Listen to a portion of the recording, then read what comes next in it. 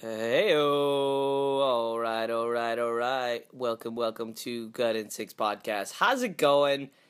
What's up, friends, families, all you awesome people out there in the world webs tuning in. Thanks for clicking. This is Gut Instincts Podcast. I'm RJ. I'm the voice behind the podcast. Sitting next to me, co-pilot here is Rose. Say hello, Rose. Yep, that's pretty much all she does. No, I'm kidding. Rose is my new adopted shelter dog, right? Shelter dog with a lot of quirky, interesting features, right? I tell you, when you're going out shopping, I guess it's not really a good word, shopping to help save an animal. But when you're making the decision, right, to adopt or buy a tiny little puppy, right? It's a big decision. You don't know what you're going to get. You don't know what situations the dog has been through prior to coming to you, right? You don't know what conditions, what they were forced to do, what they were taught. So that's where we're at right now.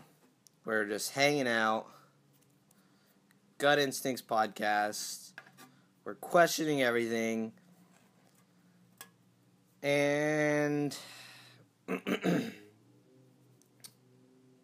yeah, we're hanging out with Rose, and she's seems to be angry at me for not giving her human food, but teaching her that human food is a treat, right? A lot of people explain to me that there's a dominance thing when you first get a pet, and then you have to make sure that you follow the instructions or rules or sort of pave the way for a positive reaction between the two of you, or reaction from the pet, right? Because I notice a lot of pet owners have like sort of crazy pets, and then others have these very proper pets, and so we all know the pet is a reflection of the owner, right?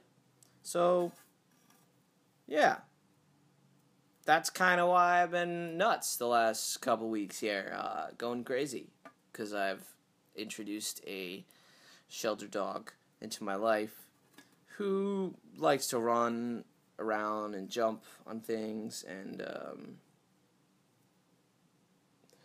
just get pretty intense. So she's a little pit bull mix. They don't really know what else, but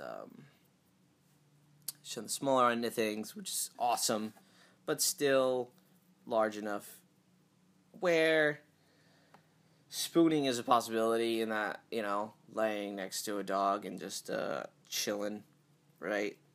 Any of you have cats know what it's like, but just on like a mini series version, right? You just have the cat just sit on your stomach or massage, whatever it does. Right? I almost got a cat. But I decided to not get a cat, or at least right now. I don't know. I know they're less work, but they're less personal. And I guess part of me likes that, right? The Aquarius in me likes that. The loner in me likes that. But then part of me wants to shift that. That's the whole point of sort of embracing your true self and pushing it out there. And, right, Rose? Yeah, that's right. That's right. So, she's doing a lot better, but she's still learning.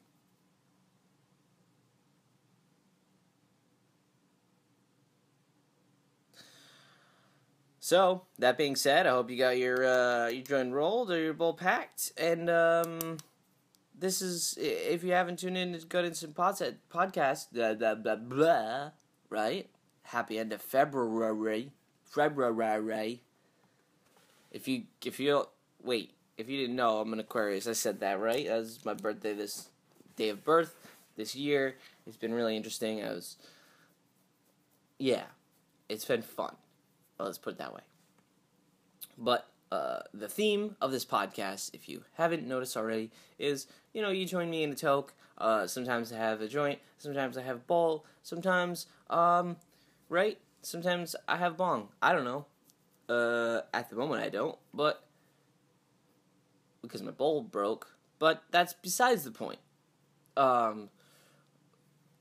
It's just I'm here to bring light to the situation, and if you aren't a smoker, then you can just tune in and you can hang out with us, and you can just know that other people are smoking up for you. And if you are, then how great is that to just light up with me? Here we go, Gut Instinct podcast, buzzing. Put on your seatbelts. I'm just kidding. If you're driving, you should already have your seatbelt on. If you're laying in bed, I don't know, just lay in bed or do yoga, do a handstand. Or not. I've been getting better at that lately. Alright, here we go!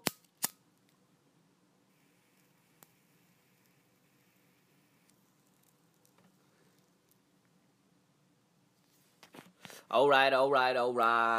Welcome to Gut Instincts Podcast. I'm RJ.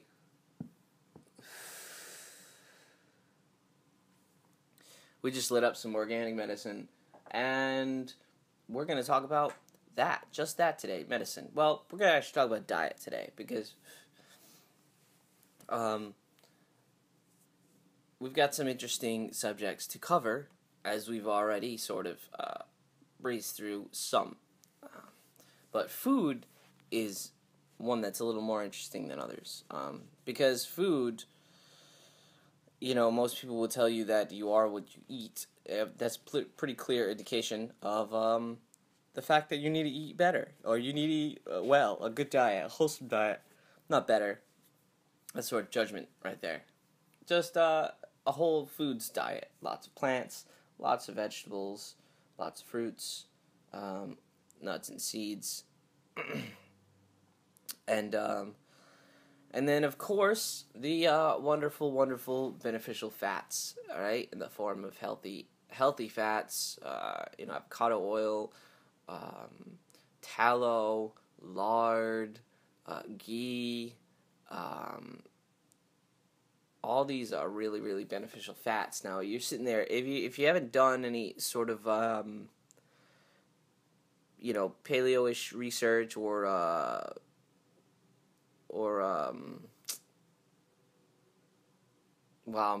dropping the ball on the name here, but there's like a foundation or sort of a project that's been going on who talks about this, the benefits of honestly the fats over the meats. One interesting thing that I'd like to touch up on is, like, it almost seems as though the animal fats, right, are more useful to us than the actual meat itself, right? That includes, like, the marrow, that includes the liver, that includes the, because this stuff is all fatty, or muscly,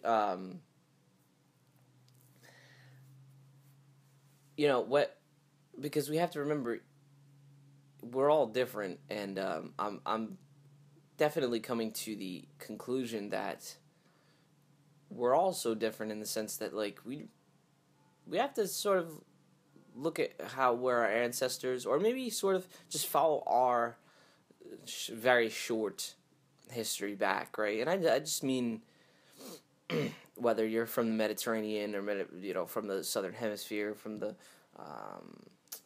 from the tropic area, your family, that sort of thing.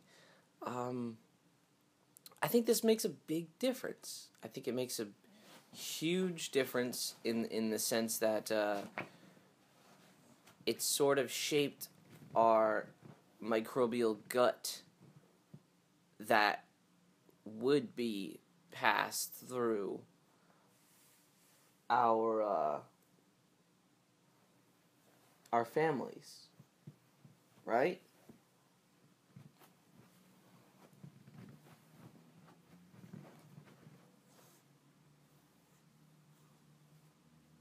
Sorry, I'm letting the other one get in a blanket, right?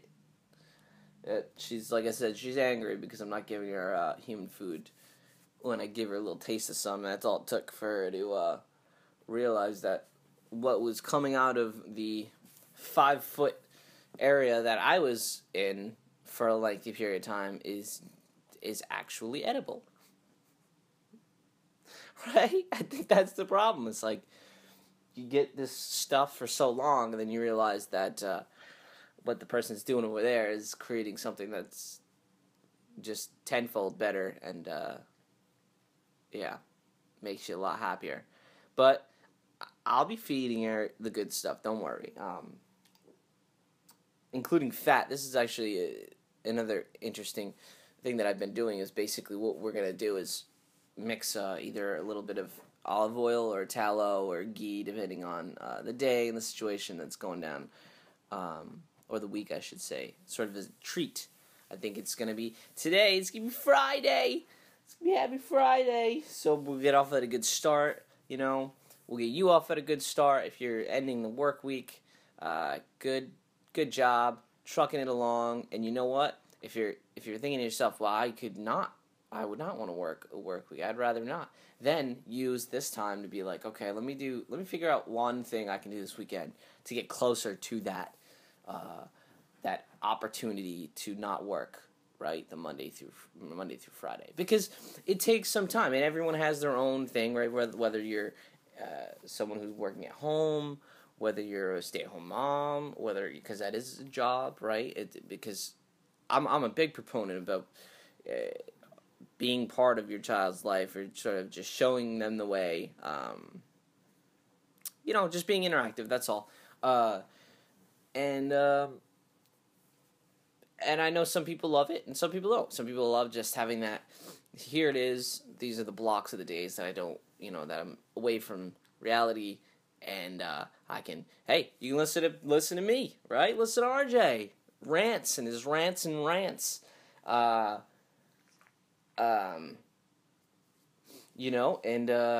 try to learn. That's my favorite thing to do is podcasts and documentaries to learn while I'm killing time, because that's what I used to do in the office. I used to sit there in the office, and I used to wonder why I was in an office.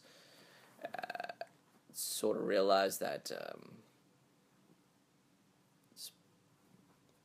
this is before I realized you create your own reality. But, in a sense you do. It's like, but you can change it, and that's what you do. You just figure out your steps and what you could do to change it. I'm going a little off subject. Anyways, back to the fats, back to the diet, or whatever you want to call it, way of life. I think everyone should be utilizing plants as medicine in the form of just feeling your body out, right? If you feel like you're low in certain vitamins, you want to eat certain plants, let your body tell you. You don't have to act like your A, B, Ks, and Ds, and Cs, and whatever, right? Because I'll tell you, I don't, unless I have the book laid out in front of me, it's like I only know specific situations of me, right?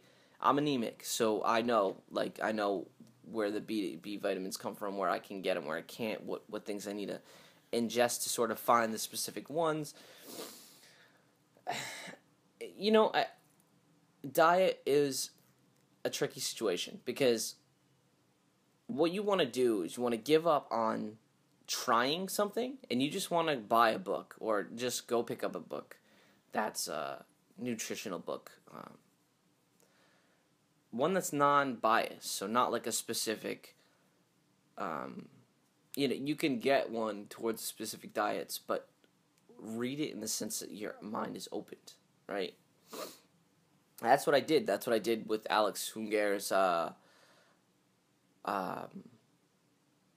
Clean Gut. Those are absolutely wonderful books. I'd recommend. breaking the vicious cycle is also one you could look up. So yeah, I mean, it's really based on how you feel, and basically what, I grew up with pastas and, not a ton of rice, but mostly pastas and breads. I love breads, and I ate tons of breads. And then, of course, your normal, just like your cereals, and as I got older, some more sugary foods and such, right? So, basically, it's like your gut bacteria, your microbes, is what determines all of this, right? I don't care. We can go all day and say, well, no, the mind controls the DNA, right? Via epigenetics, right? Which we still know barely anything of, right? So anybody who's sitting there and going to try to use that as a rebuttal, right, to this next incoming situation, I'd like to just tell you that we are in the ridiculous infancy in the sense that even the knowledge that they do know, they've kept from us, or it's soon to be revealed, right? So we know that the mind controls the body, but in a sense it's sort of in unison. You can't just say one controls the other, because we are in a physical realm, and we're experiencing that as we're experiencing the spiritual realm, right? But the physical, if I've heard that 9 out of 10 gut microbes that exist within the gut, right, is bacteria, okay? Literally, you're 90% non-human, which includes DNA, so remember that. And if any of you follow my Instagram, if you don't follow my Instagram, you should definitely be a friend. That's what they are. That's what you guys are. Or y'all are friends. But I talked about the interesting concepts of DNA and of the plasmids. The plasmids. So the plasmids of a cell are like open, free-range DNA, right? It's codable, it's malleable, it's movable, it's pullable, like it's destroyable. Yeah, it's like, it's like the instruction. It's like I wouldn't say the code of a computer, but it's like the memory, maybe, or the reader, like the mechanism. Some coder out there was like, yeah, it's like that shit, yeah, duh, we don't even know. Listen, I did coding for about 6 months to a year, and got to the point where I was falling asleep, right? And I'm coding in my sleep. I'm not even coding good websites, okay? Because I don't know how to code good websites. I'm just coding blocks, and I'm coding fucking these absurd... Listen, anyone who's a web designer out there, contact me. I got a couple great ideas for some high quality websites that are gonna be part of the future. We're just not ready yet for it. So maybe it's you. Maybe it's you who's supposed to work with me. Anyways, back to the plasmids. You have to realize that these plasmids exist within your body, so they're able to accept instructions, right? Whether that's from the mind via our DNA, right? Or via instructed DNA, which is the altered situation we call GMOs. Yes, that's right. GMOs. Genetically modified organisms. I don't mean to yawn. I mean, I'm not yawning because I'm tired. By all means, you guys. I think just because there's so much information sometimes piling throughout my mind, it's like exhausting.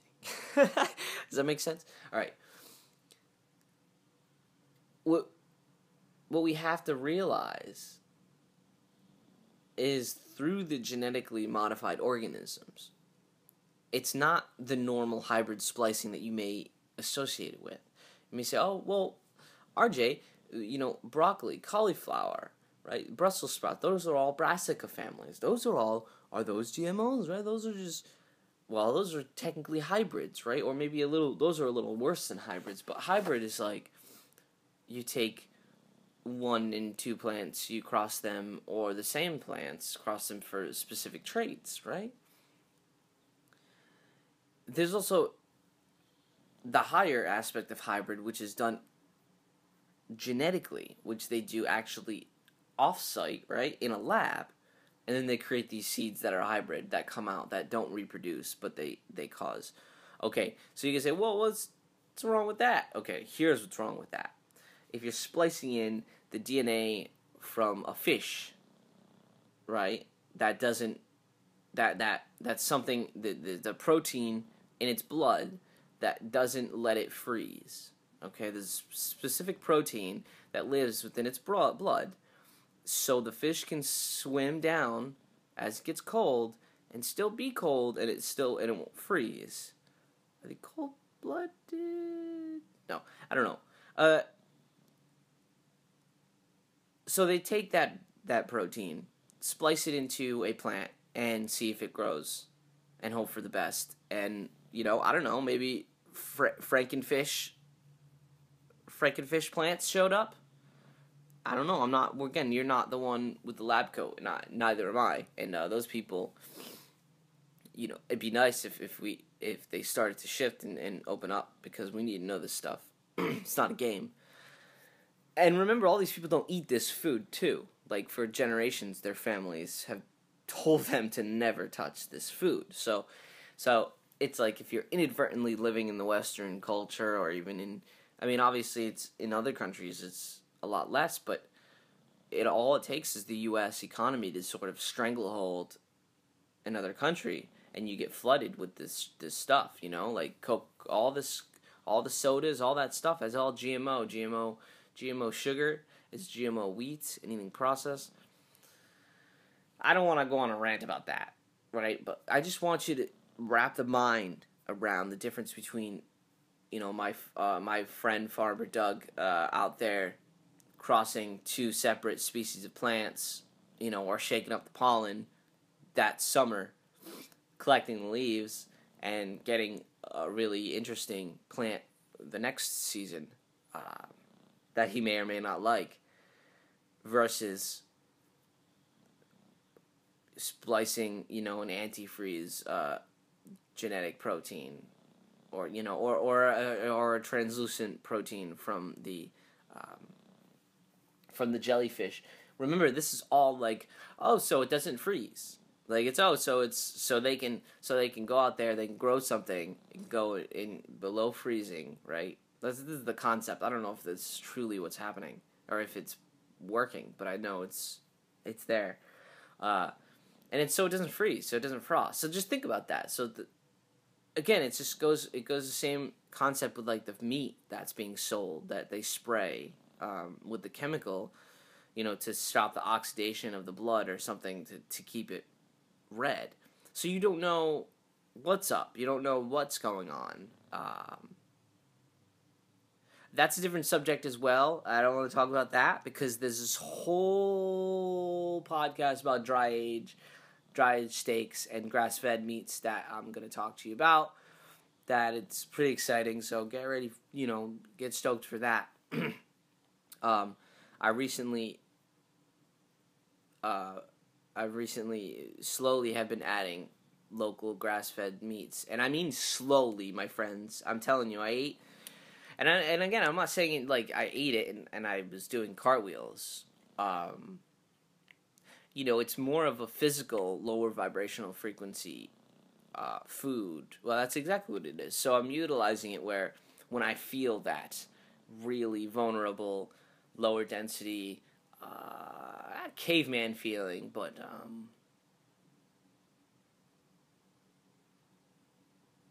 I don't know, like ready to rip in to some delightful meat, flesh, and it for a while there I was trying to do the conscious thing, which is like not kill any thing based on the fact that they're all spirits. But see, I've realized that to me it's more, and it may be more important to you otherwise. That's fine. And if you are a vegan, vegetarian, whatever, I applaud you. And it's because of you and your energy that it's waking up so many people, and it gives them the opportunity to choose or to feel their body out, because we may or may not know that we've been reacting to meat and we should be eating meats, or we're reacting to specific fruits or specific vegetables or fish, shellfish, because we're that sort of thing.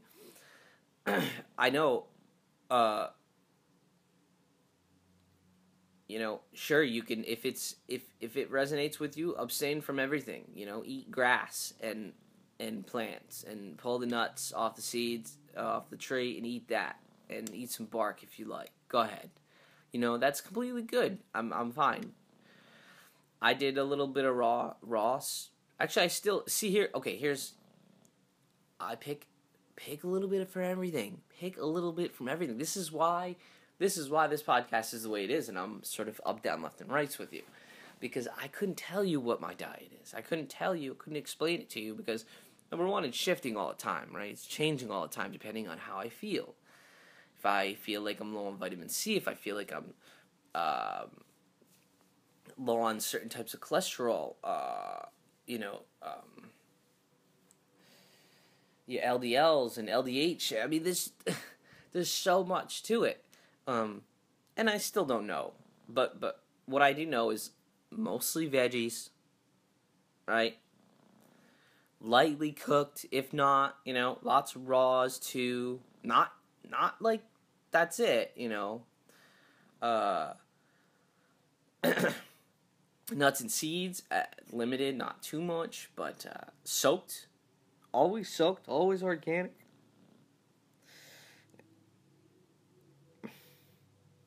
Animal fats and plant fats, right? Doing some ghee. Some ghee is absolutely amazing. It's warming. Lots of water. I'm actually gonna grab the water right now. How we doing? Hope you're feeling good. Hope you're doing good. Thanks for hanging out with Rose and I, and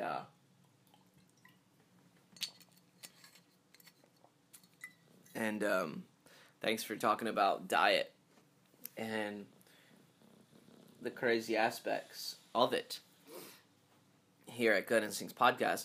So, I don't know if you finished your J or not, but I'm still, this bowl is for me, man. Gal, man. Alright. So,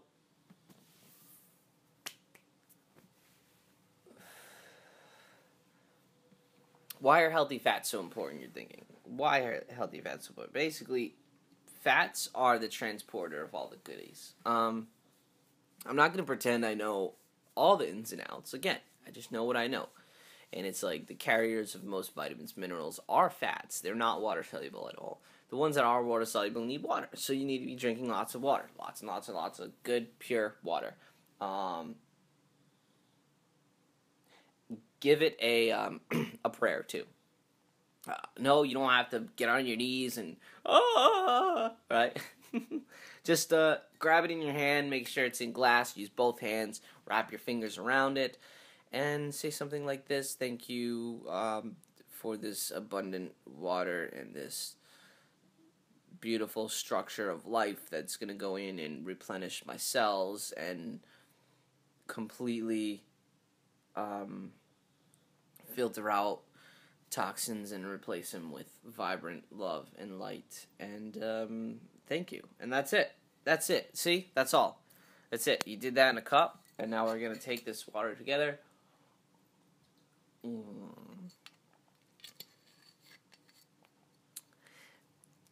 And if you can truly say that it doesn't taste different, keep doing it. Keep practicing, because it just means your intent is not strong enough. It's like when I make sauerkraut that doesn't come out right. Note to self, don't do sauerkraut when you're angry or when you're lower vibrate, or just like to get it done, to get that freaking 5-pound, big ass, beautiful ass cabbage that's sitting, taking all your damn room in your fridge, and you just want to get rid of it. Don't do it like that, right? Do it because you're excited to. You say, "Oh, I got a jar that's gonna go to my friend. I'm gonna do it with some mustard seed this time," which I think I might have done mustard seed last time. So I think I'm just gonna do salt this time. I'll tell you, my friends, just salt and cabbage, baby, and your love.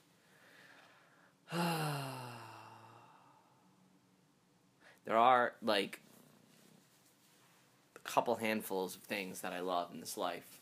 And one of them is cabbage, sauerkraut, made with lots of love. Yep. So, try it out if you haven't. I've been pretty much getting down a jar a week. Yep, 32-ounce jar a week of sauerkraut. Shout out to my homies at Freedom Food Farms in Massachusetts. If you are... so you have to just find your good farms that don't use pesticides and chemicals. See, that's my biggest thing: synthetic fertilizers, pesticides, and chemicals. Why? Oh boy, that's another podcast. But basically, synthetic fertilizers, if you're feeding them to the plants, you're essentially getting synthetic nutrients. Not the worst, but not the greatest. Pesticides, chemicals, gosh, you should know how terrible that is. Come on. It just plain and simple, spraying food is foolish. And I know we've been doing it, and I know we've been taught even it's okay. And I know you could still talk to people and they say, no, the levels are way low. No, forget it, man. Just drop all that. Drop all of that. These people have been either paid off long ago, before you and I were alive, before you and I even conceived this shit. Remember, I am, the organic... Okay, here's in perspective. The organic movement has been corrupted since before I even was into organic. Which blew my mind when I got into, kind of the scene, or when I started learning about the natural foods, and that, you just buy food at places other than, Target, or, or Stop and Shop, or Shaw's. It really tripped me out, that, because, and what does that mean? Well, basically, here's what it means. Sorry, triple threat on that one. We have these large companies that are doing these practices, whatever, right? We have, some of them are spraying a ton, some of them aren't. Remember, this varies across the board.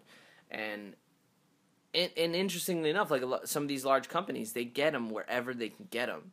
How that works is, you don't have, okay, it's not like a company, it's not like a big building in Mexico, right? It's got these people who are looking out for, everyone's rights. If you got a complaint, you can go to HR.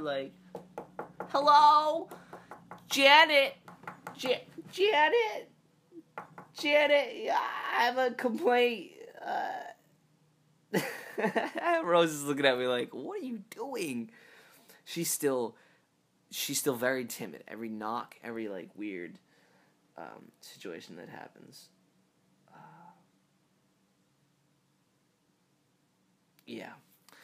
I'm going to give her a nice sweet potato today. She doesn't even know right now. She's looking at me pissed.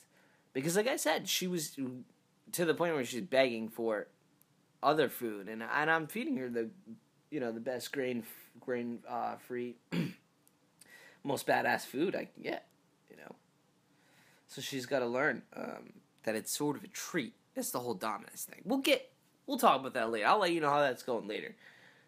Some of you I don't know. Anyways, what was I getting at? Yeah, I was getting at Janet. Janet, hello. Yeah, no, there's nobody there. You can knock all you want, right? Pepe is gone. Pepe doesn't exist. It's a conspiracy, you guys. It's a conspiracy. Okay. I guarantee you probably about a couple of you laughed at that.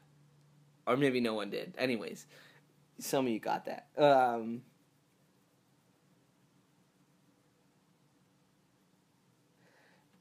So these large companies are actually like, they have these hubs, but these hubs are run by like, obviously people who are sort of paid off in a sense, and regulation is dreadful. And for example, like the berries that come from Mexico, those guys are getting paid $7 a day, $8 a day. Yeah, you thought I was gonna say hour? No, a day.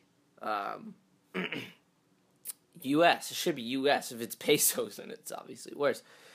But that's about U.S. So if you think about how sad and absurd that is, and then you got fathers that are doing everything that they can throughout the season, 3 months, and sending all that money back to their family just to feed whatever children.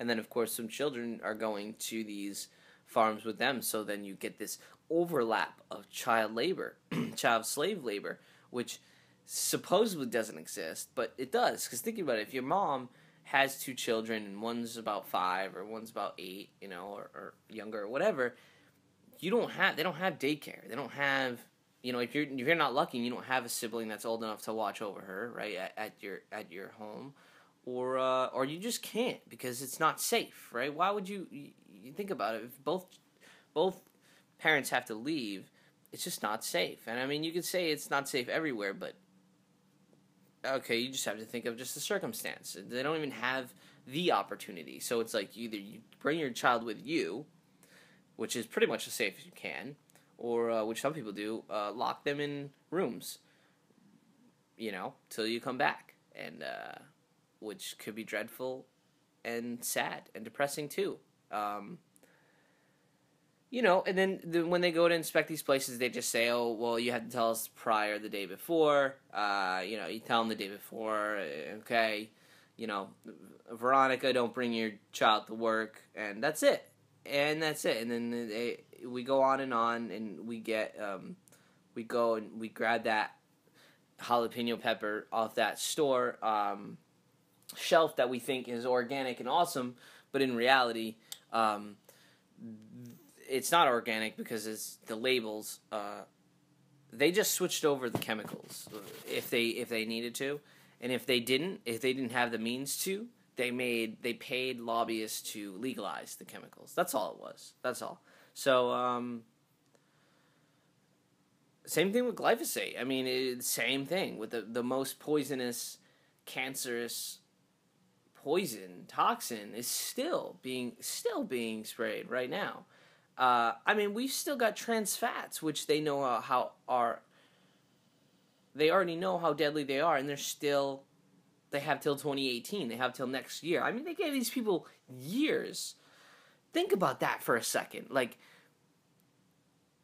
you found out that the group of people are poisoning you, and it was done on, I mean, you can say it's done on purpose or not. It's done based off of different motives that aren't for the benefit of us, right? But then, of course, nobody's going to take responsibility. Okay, that's fine. You don't want to take responsibility, but then on top of it, you give these companies years to either change or find out a way to keep going. Like, right? Now we just find a different chemical, or this is what happened. So I kind of got off tangent there, but basically, what I mean to say is, like, even though if I go and purchase berries from another country, I don't necessarily know that the organic wasn't sprayed at all. But I can tell you this: I know by look, feel, and taste which ones are and aren't, and that's why I want you to do that. I want you to look next time. Look at the strawberries. Look at the blueberries, blackberries. You can just tell if they were sprayed or they weren't sprayed. Size, look, texture, and taste. I was so glad to hear, well, not glad to hear, but it's good to hear, like, somebody who brings up something that you've been saying for a while and nobody's kind of been saying. My sister, she she told me that she agrees 100%. Like there are fruits. Like for me, it's your papaya, it's your peach. It's almost every stone fruit. It's fucking disgusting. And I love peaches. Peaches are literally my favorite. But if you spray it because of the delicate skin, it seeps right through the skin and soaks into the meat, into the flesh. And next time you get as we come about the summer, I want you to get some stone fruit next time, and sort of open it up. Take a look, slice, right? You know what a nice flesh of a peach is supposed to be. It's nice and vibrant, sort of gooey and sweet and kind of mushes in your mouth a little bit. Now these peaches are harder, they're foamier, right? That's the first thing my sister said. She said, "This tastes like foam and like chemicals." I'm like, I was ready to get down on my knees, like, thank you, because I'm telling you, just keep an eye out. I almost got grapes I know I shouldn't. I try to stay as in season, right? If you've listened to me, I'm a big proponent on that in season local. That's me, right? In season local, and then whatever feels good with you, whatever feels right in your belly, right? So like for me, grains are no good. Grains are no good, which is like wheats.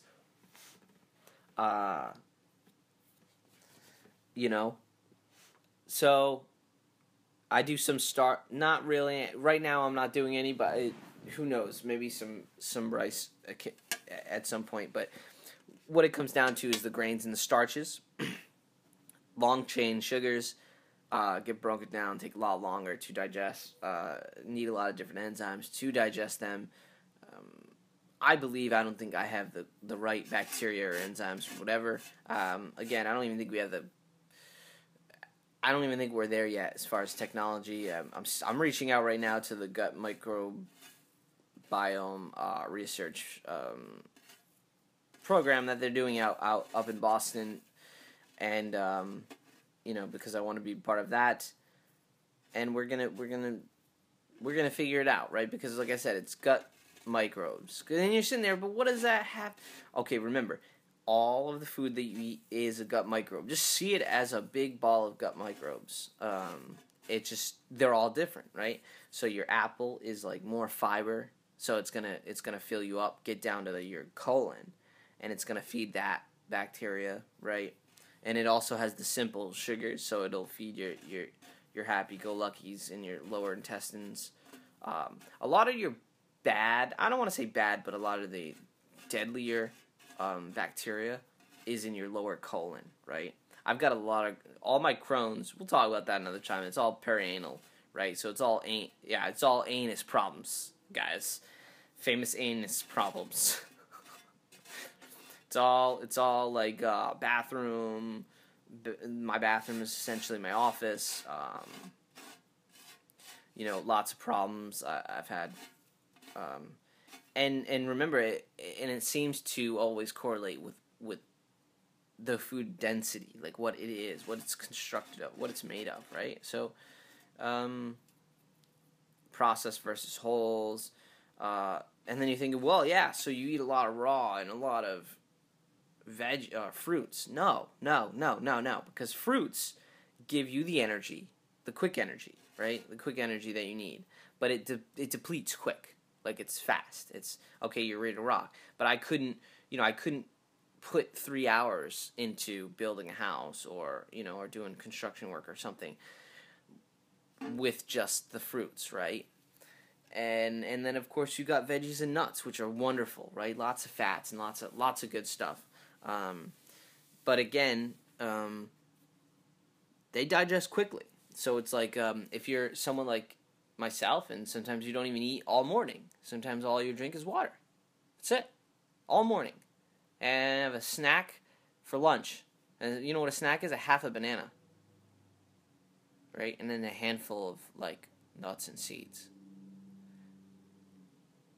And then finally food around 3 or 4 o'clock, maybe, one meal.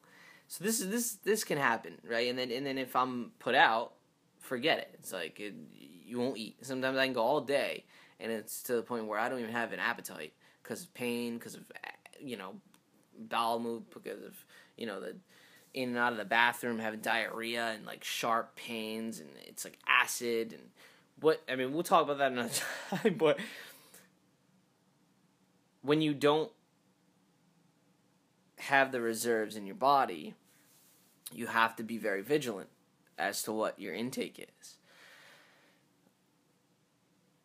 So then you're thinking, oh, okay, so you're saying all of the complex carbs, so they're not bad for you, right? Nothing's ever bad, but that stuff, because of the fact that it only breaks down a certain amount and it gets down to your lower colon, your body needs to basically say, okay, here's the shit, makes you shit, and then says the rest of the stuff, we're turning into triglycerides. Triglycerides are the stored fats on your body.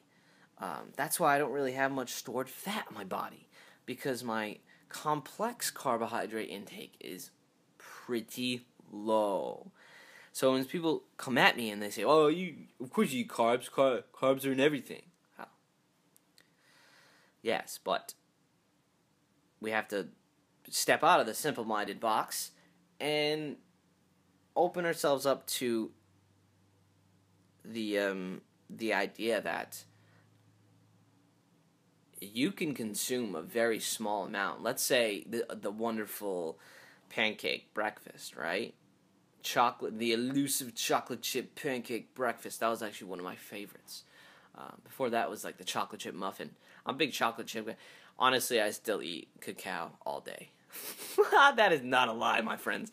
Chocolate is wonderful. There's all sorts of benefits to it, and it also releases endorphins and other chemicals. Happy chemicals. So clearly I like those happy chemicals. Let me have my vices, all right? Let me have my vices. What I'm saying is, if you say have something like a pancake, it's chocolate chip, it's got chocolate in it, right? It's got the wheat, the bread that it's made of, right? That's complex sugar. The chocolate's a complex sugar. Carbohydrate, complex carbohydrate. The doused, or the sugar inside of the pancake is also complex carbohydrate. And then the sweetener that you put on top is also a complex carbohydrate. So that's 4 aspects of complex carbohydrates, probably all different lengths, probably all different, situations, right? I'd say if your syrup is good syrup, you may have a syrup that has 2 or 3 different sugars in it. See? Sugars. You're not going to like me here to blah, blah, blah, blah. You're not going to like me saying it, but it's sugars. And you can eat all the sugar you want. You just got to sort of be vigilant, I think. I was blown away at how, what? This cereal has 3 sugars in it? Oh, this dressing has 2 or 3 different sugars? I mean, that's kind of mind-blowing. But I don't know. What I'm saying is that triglyceride is good to have, right? The fat is good to have. Trust me, I'm going at it. That's where I'm heading. I want to get some more fats. It's good. It's protective on the body. But you know how you should feel. You know that there's a threshold. And that's what the ketosis, going into ketosis is all about, which I did, that's what and honestly, I think that goes hand in hand with the detox situation that we'll talk about another time, because we're getting up there. I think we're just about finished. I think I probably just about, what do you think, Rose? She's looking at me like, I don't know. She's like, why are you even talking into the air? This makes no sense. Then again, I usually do the same thing to her, so.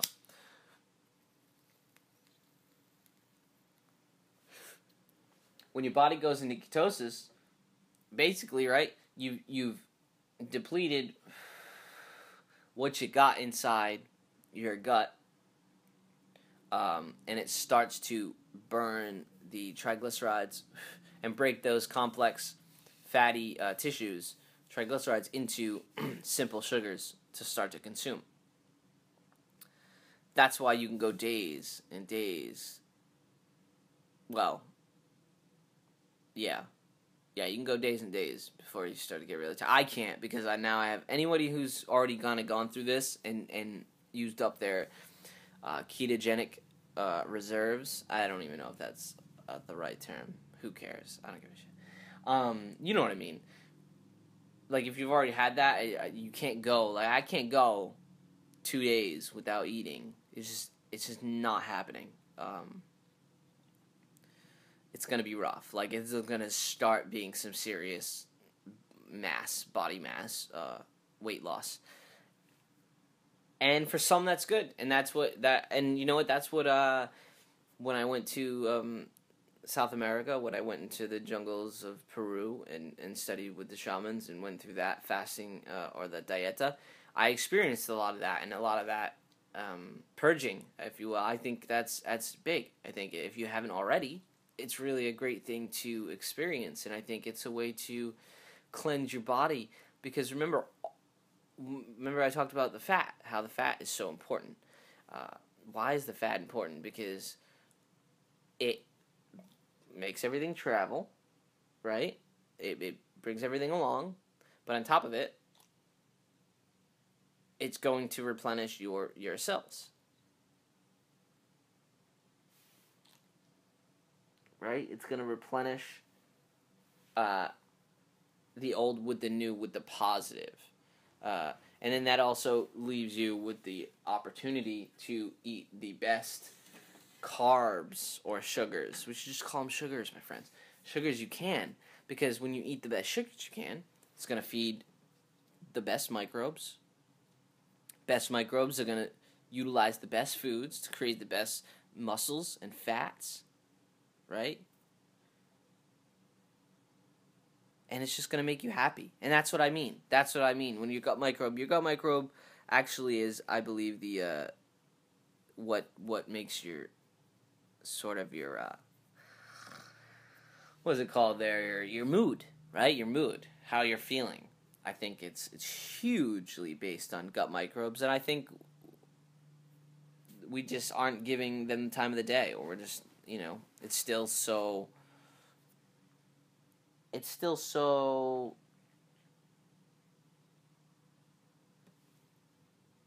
don't know, it's still so out there, if you will, and we're still learning so much. But anyways, that's that. That's the podcast for today. The Gut Instincts podcast. Happy Friday. Stay fried. Day.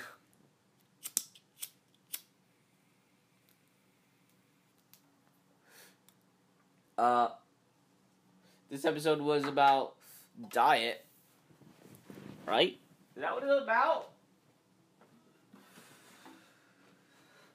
I know, sometimes we get on this thing where we get too excited. Long story short, diets always change. I don't like that words, but I don't like using don't like. So, that being said,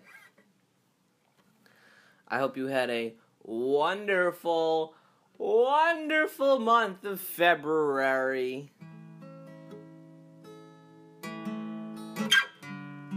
If you haven't noticed, I went to the dentist. It was great. It was a beautiful time. Everything's all set. I was really sick, if you were wondering, if you follow the podcast. If not, no worries. Doesn't matter, because podcasts are timeless. And that's why I make sure I give you the best words possible.